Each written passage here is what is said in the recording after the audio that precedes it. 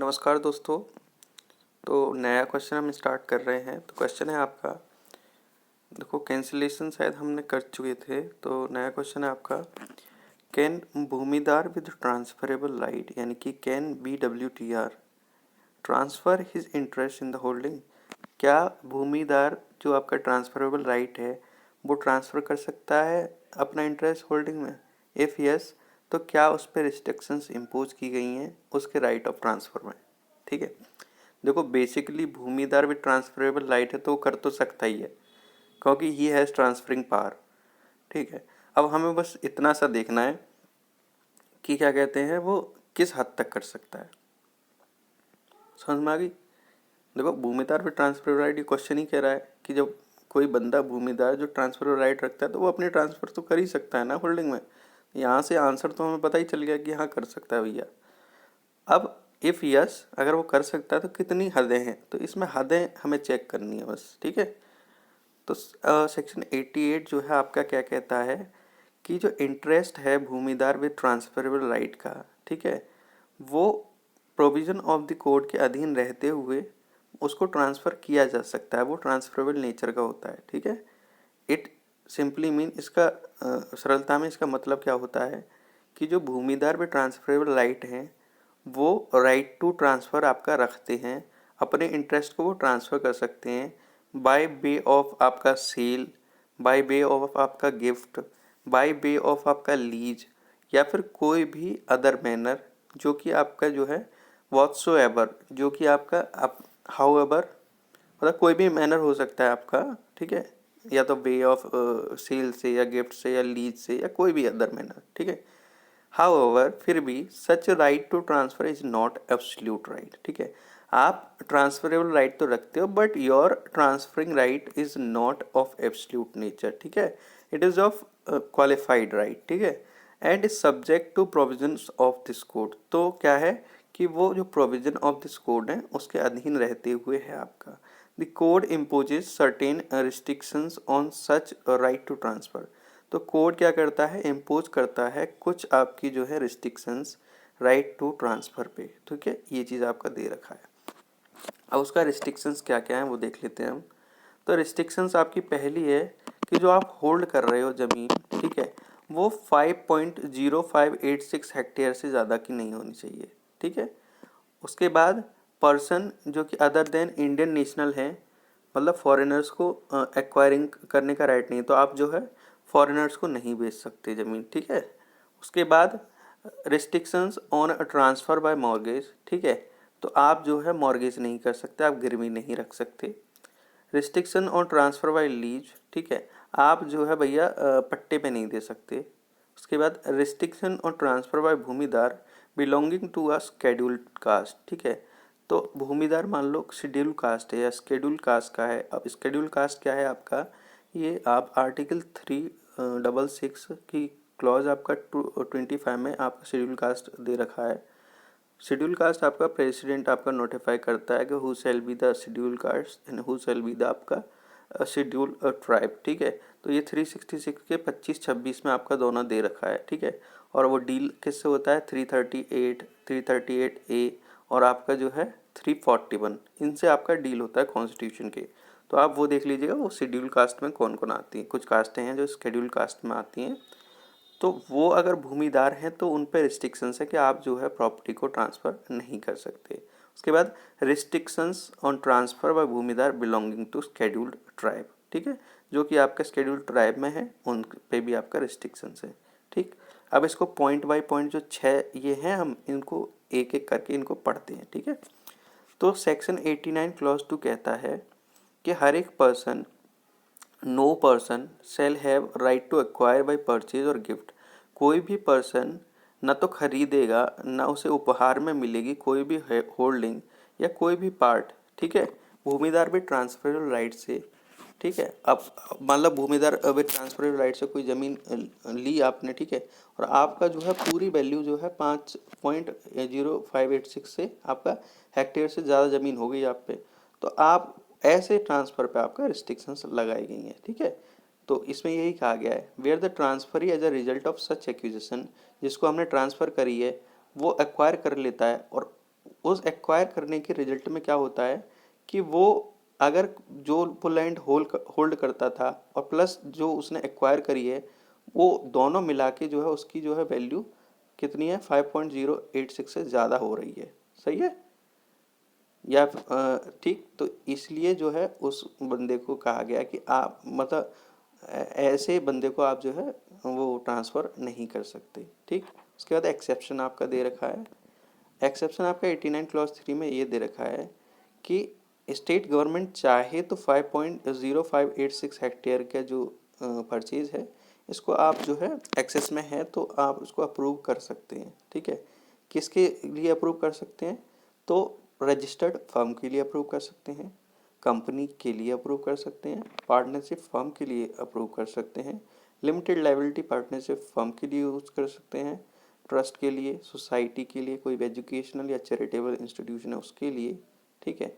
And that the acquisition of purchase, जो आपका acquire करी है आपने या जो भी खरीद करी है आपने, would be in public interest, वो किस में होगा, पब्लिक इंटरेस्ट में होगा।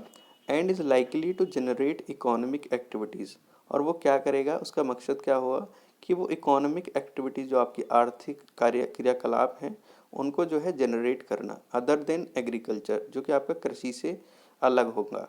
एंड प्रोवाइड एम्प्लॉयमेंट, और उनको जो है क्या कराना, आपका रोज़गार प्रोवाइड कराना। तो ये आपका एक्सेप्शन है।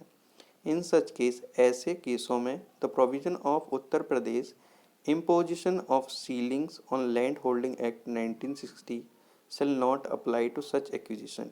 तो ऐसे केसों में जो आपका UP imposition of ceiling on land holding act है वो आपका अप्लाई नहीं करता है ऐसे एक्विजिशन पे। ठीक है भैया। उसके बाद प्रोवाइडेड दैट, ये आपका प्रोविजो है, क्या प्रोविजो है कि where the land has been purchased without obtaining prior approval, the state government may give its approval for regularizing such purchase after payment of an amount is fine, which shall be 10% of the cost of the land in excess of the limit prescribed, calculated as per the circle rate prevailing at the time of making the application, as interested by UP Revenue Code Amendment Act 2021।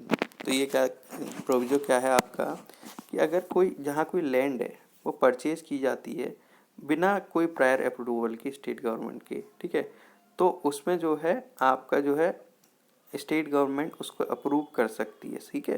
ये ऐसी purchase को आप पर regularise करने के लिए। अब फिर रेगुलराइज करेगी, अप्रूव करेगी तो स्टेट गवर्नमेंट फ्री में तो नहीं कर देगी ना भैया, तो इसलिए वो पेमेंट ऑफ फाइन लेती है कि आपका जो है कुछ amount of payment of fine आप दीजिए तो आपका जो है इस परचेज को आपका अप्रूव कर दिया जाएगा। ठीक है।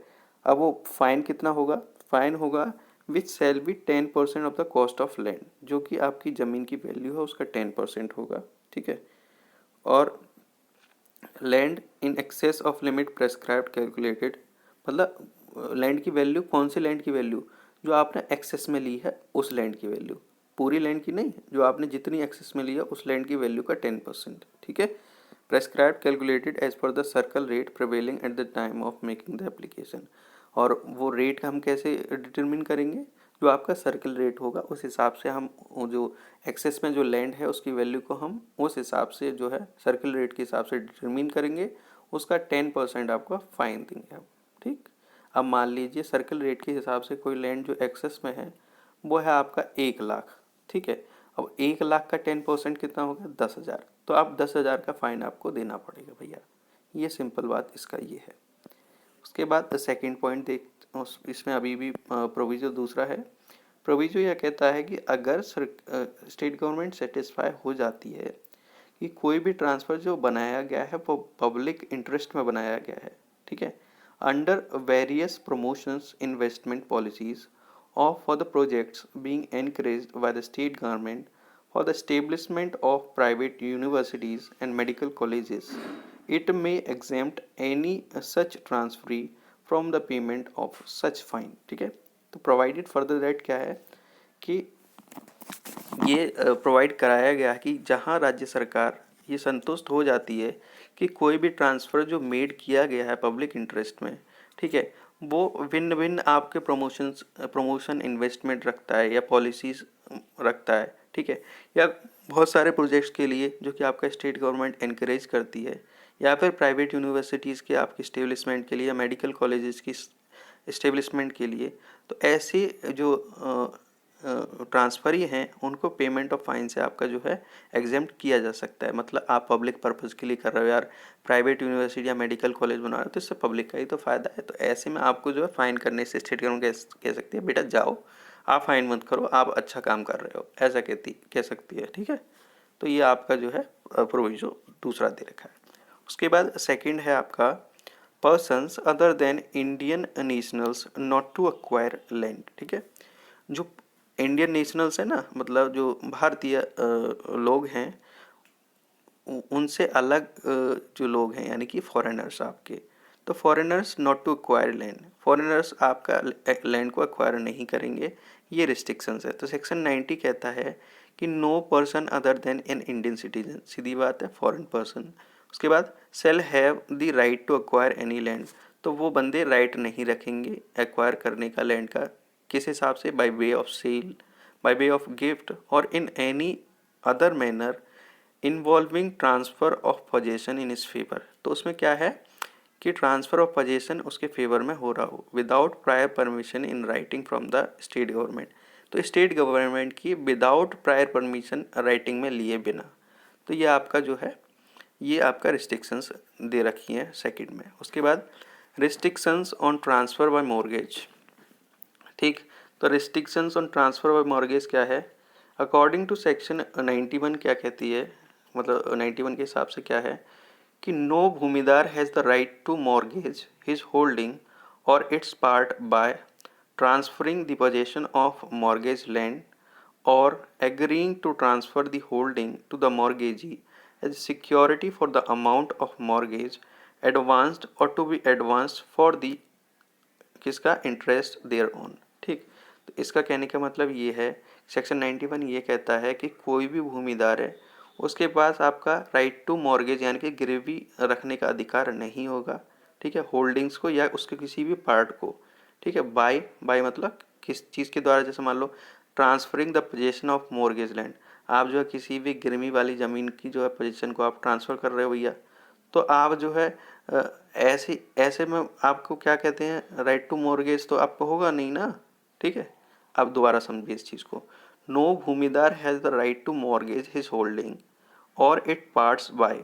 ठीक है, कोई भी भूमिदार राइट मतलब गिरवी रखने का अधिकार नहीं रखता है अपनी होल्डिंग पे या उसके किसी भी पार्ट पे, किसके द्वारा, by transferring the position of the mortgage land. ठीक है, जो मॉर्गेज लैंड है उसकी पोजीशन को ट्रांसफ़र करें, आप खुद ही गिरवी वाली ज़मीन में पोजीशन लिए हुए हो और आप ही मॉर्गेज फिर से कर रहे हो, तो आप पर रिस्ट्रिक्शंस लगी हुई हैं भैया। उसके बाद agreeing to transfer the holding to the mortgagee a security for the amount of mortgage advanced और to be advanced or for interest thereon. ठीक है, या फिर आप एग्री कर रहे हो कि क्या कहते हैं, आप जो है मॉर्गेजी से जो जिसको आपने ट्रांसफ़र की गई है ना, मॉर्गेज की गई है, उससे आप एग्री कर रहे हो कि आप जो है मतलब एग्री कर रहे हो कि आप जो है सिक्योरिटी पे कर दोगे मॉर्गेज जो आपकी एडवांस्ड है, या मतलब जो होने वाली है मॉर्गेज गिरवी होने वाली है, हो चुकी है। ठीक है, दोनों को, या फिर उसका इंटरेस्ट आप जो है पे कर दोगे। तो ऐसे केस में आपको उसे मना किया गया है कि भूमिदार जो है आपका वो right to mortgage his holding नहीं रखता है, सिंपल बात। उसके बाद 91 क्या कहता है, और कहता है फर्दर ये प्रोवाइड कराता है कि 91 does not take away the right to mortgage. 91 का ये उद्देश्य नहीं है कि आपका right to mortgage take away कर रहे हैं। The only restriction which puts is that bhumidar can not enter into any type of mortgage in which possession of mortgage land is to be transferred to the mortgagee. आप समझे नहीं बात, देखो right to mortgage इसमें मना नहीं किया गया है, बट उस चीज़ के लिए मना किया गया है कि आप गिरवी लैंड पे तो खुद हो, अब वही चीज़ आप मॉर्गेजी को ट्रांसफ़र करो और बाय वे ऑफ मॉर्गेज, तो ये आपको जो है मना किया गया है। ठीक, तथा भूमिदार भी ट्रांसफरेबल राइट किन मॉर्गेज इज होल्डिंग, तो जो भूमिदार भी ट्रांसफरेबल राइट है वो कर तो सकता है mortgage his holding or part thereof without giving possession of the mortgage land. आप जो है पोजेशन नहीं दोगे मॉर्गेज लैंड की, आप समझे कि नहीं। देखो भूमिदार भी ट्रांसफरेबल राइट है, एक है आपका मॉर्गेजर, वो भूमिदार विद ट्रांसफर राइट है, वो है आपका मॉर्गेजर, ठीक है। और जो दूसरा बंदा है वो है आपका मॉर्गेजी, ठीक है। अब जो है, आप जो मॉर्गेजर हो, आप मॉर्गेज तो कर सकते हो, सही है, लेकिन आप जो है मॉर्गेजी को आप पोजीशन नहीं दोगे, ठीक। यानी कि मॉर्गेज में क्या होता है, देखो कई तरह की मॉर्गेज होती है, मॉर्गेज 6 तरह की होती हैं। मॉर्गेज कितने तरह की होती हैं? Simple mortgage, mortgage bye conditional cell, या फिर आपका यूजिफ्रैक्टरी मॉर्गेज, इंग्लिश मॉर्गेज, ठीक है, एनामुलस मॉर्गेज और मॉर्गेज बाय टाइटल डीज, ठीक है। तो कुछ मॉर्गेज होती हैं जिसमें आपको पोजीशन देने की ज़रूरत नहीं होती है, कुछ मॉर्गेज होती हैं जिसमें आपको पोजीशन देने की ज़रूरत होती है। जिसमें आपको पोजीशन देने वाली बात हो रही है वो टाइप की मॉर्गेज आप नहीं कर सकते हो, सही है। सिंपल बात ये कही गई है, और सिंपली बात यही है कि हमारे यहाँ ज़्यादातर उसी नेचर की होती है कि हम पोजीशन दे देते हैं भैया, हम कागजात दे देते हैं या पोजीशनरी टाइटल दे देते हैं, तो उस चीज़ को आपका रिस्ट्रिक्ट किया गया है इस सेक्शन के अनुसार। उसके बाद restrictions on transfer bye lease, ठीक है। तो restrictions on transfer bye lease में क्या है आपका, कि जो भूमिदार है वो अधिकार रखता है कि वो अपनी जो होल्डिंग है उसको पट्टे पे आपका दे सकता है या उसका कोई पार्ट दे सकता है, लेकिन कब दे सकता है, किस हद तक दे सकता है, तो वो आपका 94 और 95 सेक्शन आप पढ़ेंगे तो उसमें दे रखा है कि आप एज पर 94 और 95 ही ये चीज़ आप जो पट्टे पे या लीज पे दे रहे हो वो तभी दे सकते हो 94 और 95 के अकॉर्डिंग में। उसके बाद पांचवा है restrictions on transfer by bhumidar belonging to scheduled caste. तो आपका सेक्शन 98 कहता है कोई भी भूमिदार जो शेड्यूल कास्ट से बिलोंग करता है, ठीक है, तो उसके पास राइट टू ट्रांसफ़र का राइट नहीं है। By way of sale, by way of gift, by way of mortgage, by way of lease any land to a person not belonging to a scheduled caste except with the previous permission of the collector in writing. यानी कि बिना collector की previous permission का writing में आप जो है क्या नहीं कर सकते हो, ट्रांसफ़र नहीं कर सकते हो, ठीक। इसके बाद आपका ये हो गया पांचवा पॉइंट। उसके बाद पांचवा पॉइंट में इसमें दे रखा है, वो देखते हैं हम क्या है। अब ये है इसमें कोई भी भूमिदार जो शेड्यूल कास्ट से बिलोंग करता है, ठीक है, तो he has a right to transfer his interest in the holding to a person belonging to a schedule caste as well as to a person who does not belong to schedule cast.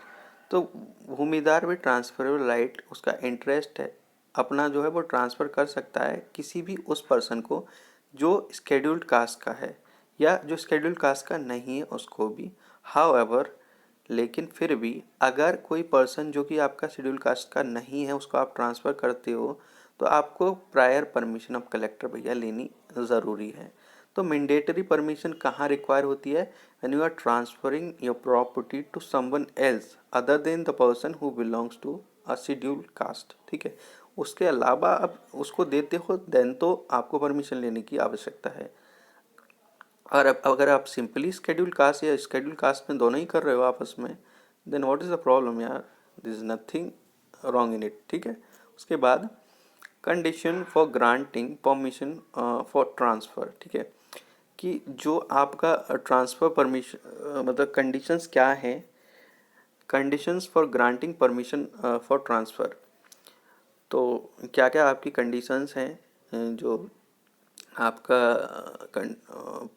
कि आप जो है transfer कर सकते हो, क्या क्या conditions हैं कि आप कलेक्टर जो है वो देखेगा कि आप ये कंडीशन फुलफिल कर रहे हो, उसी हिसाब से वो परमिट करेगा आपको कि हाँ आप कर लो, आप ट्रांसफ़र कर सकते हो।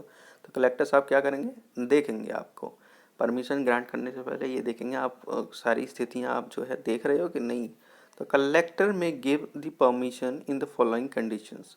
तो कलेक्टर है आपका, वो परमिशन दे सकता है इन इन परिस्थितियों में या इन इन कंडीशंस में। तो सबसे पहला है आपका the bhumidar belonging to a scheduled caste has no surviving heir specified in clause A of sub clause 2 of section 108 और clause A of section 110 as the case may be. तो जो भूमिदार आपका शेड्यूल्ड कास्ट से बिलोंग करता है और उसका जो है कोई भी सर्वाइविंग आयर है नहीं, जैसा कि आपका clause A of subsection 2 of 108 में आपका दे रखा है, या क्लॉज ए ऑफ सबसेक्शन 110 में आपका दे रखा है। उसके बाद the bhumidar belonging to scheduled caste has settled और is ordinarily residing in a district other than that in which the land proposed to be transferred is situated, or in any other state for the purpose of any service or any trade, occupation, profession or business। ठीक है, तो कोई भी भूमिदार जो आपका schedule caste से belong करता है, मान लो उसने कोई भी समझौता कर लिया है या फिर वो किसी दूसरे डिस्ट्रिक्ट में रह रहा है ऑर्डिनरली, ठीक है, जो कि कौन सा डिस्ट्रिक्ट है, other than the land propose to be transferred. ठीक है, कौन सा डिस्ट्रिक्ट, दूसरा डिस्ट्रिक्ट है जिसमें कि आपका लैंड ट्रांसफ़र होनी है। ठीक है, इज सिचुएटेड मतलब जहां आपका लैंड ट्रांसफ़र होनी है उससे अदर देन डिस्ट्रिक्ट। ठीक है, या फिर कोई दूसरा स्टेट, ठीक, जो कि इस पर्पज़ के लिए या इस सर्विसेज के लिए या इस ट्रेड के लिए, इस ऑक्यूपेशन के लिए या इस प्रोफेशंस के लिए या इस बिजनेस के लिए आपका जो है बना हुआ है। उसके बाद सी है आपका the collector is for the reasons prescribed satisfied that it is necessary to grant the permission for the transfer of land. उसके बाद तीसरा ये है कि कलेक्टर, अगर कलेक्टर को लगता है भैया कि हाँ उनके रीजन सेटिस्फाई कर रहे हैं, उनको कारण जो बता रहे हैं वो सही है, तो भैया वो कर सकते हैं, उनकी उनकी महानता है वो। तो that it is necessary to grant, ये आवश्यक है भैया कि परमिशन ग्रांट कर दी जाए, तो वो कर देते हैं। उसके बाद छठा पॉइंट है आपका restrictions on transfer by bhumidar belonging to scheduled tribe. तो जो आपका शेड्यूल्ड ट्राइब के बंदे हैं वो आपका जो है उन पर रिस्ट्रिक्शंस लगी हैं कि वो जो है आपका ट्रांसफ़र नहीं कर सकते। तो according to section 99 no bhumidar belonging to scheduled tribe shall have the right to transfer by way of sale, a gift, mortgage or lease any land to a person not belonging to scheduled tribe। अगर कोई person scheduled tribe का नहीं है तो आप जो है transfer नहीं कर सकते। ठीक, section 9 puts and absolute restrictions. ठीक है, सेक्शन 99 जो है आपका एब्सोल्यूट रिस्ट्रिक्शंस पुट करता है, जबकि सेक्शन 89 जो आपका शेड्यूल्ड कास्ट से रिलेटेड था, if I am not wrong, sorry section 98 था उससे रिलेटेड। तो सेक्शन 98 में आपका एब्सोल्यूट रिस्ट्रिक्शंस नहीं थी बल्कि क्वालिफाइड रिस्ट्रिक्शंस थी। Qualified restrictions in the sense उसमें तो शेड्यूल्ड कास्ट को कर सकता था, यानी शेड्यूल कास्ट को कर सकता था नॉर्मली, और शेड्यूल कास्ट अगर दूसरे पर्सन को कर रहा है तो permission of collector is mandatory. While इसमें जो है कोई ऐसा ऑप्शन नहीं दे रखा है, इसमें कह रखा है कि आप जो है शेड्यूल ट्राइब का सिर्फ शेड्यूल ट्राइब को ही कर सकता है, अदर देन पर्सन का ऑप्शन ही इसमें ख़त्म कर दिया है। Section 99 puts in absolute restrictions whereby a भूमिदार belonging to a scheduled tribe can only transfer his interest to a person belonging to a scheduled tribe। Transfer to a person belonging to non scheduled tribe is prohibited। Simply बात यही कह रही है कि आप चाहो तो सिर्फ scheduled tribe को कर सकते हो बंदे को, और नॉन scheduled tribe के बंदे को आप नहीं करोगे, ये एब्सोल्युटली prohibited है। ये हो गया आपका क्वेश्चन। और तो धन्यवाद भैया, अगले वीडियो में अगले क्वेश्चंस करेंगे। ठीक।